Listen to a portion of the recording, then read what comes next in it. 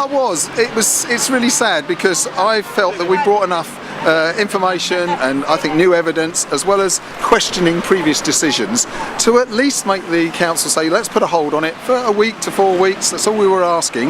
Let us do our own survey of the land, because we believe what's been done is insufficient. Now, we even offered to pay for it.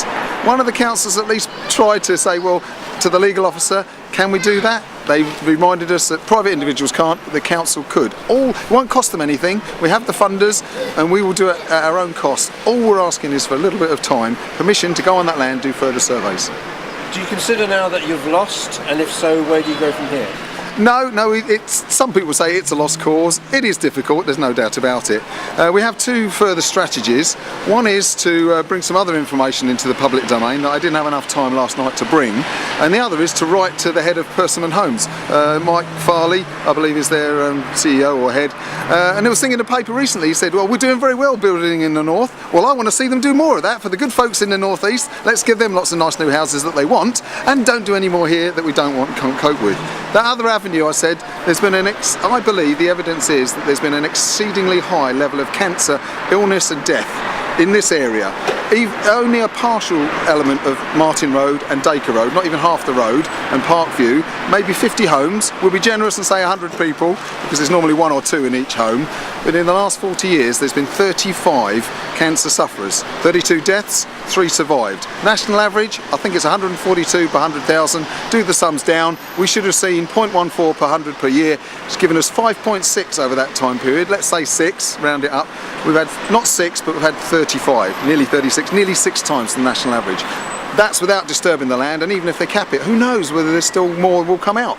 We're only asking for a chance to check. That's all we're seeking. Is it a question, though, that they'll build the houses? Let's say they build the houses. Is it a matter of caveat emptor, that people who are will make decisions to live there or not?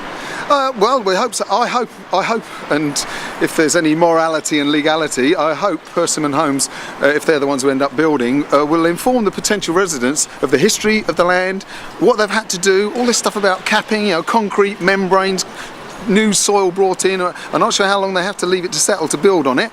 But anyway, as diligent residents and thinking the well-being of those people and the children especially, we're going to do a leaflet, and we'll stay on public land outside of their premises and be giving lots of leaflets out, explaining to people exactly the facts, but the history behind it, and do they still want to live there and bring their children up. What do you say to people who say there's jobs over there that can be provided? If you go down to other applications, which I won't name them, but there's jobs possibilities. Are you standing in the way of people in the middle of a recession getting jobs?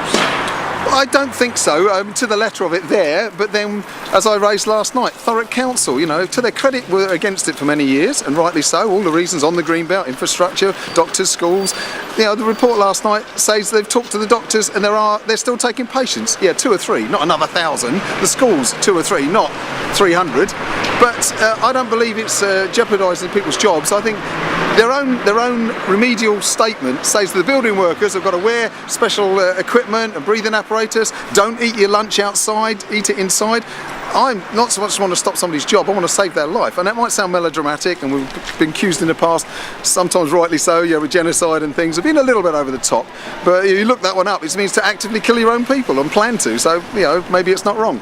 But I don't want to stop jobs, but I believe there are other places in Thurrock where they can build and give that employment. It's only short-termism anyway for the building and construction workers. They'll probably come from outside, so nobody in Thurrock's likely to gain.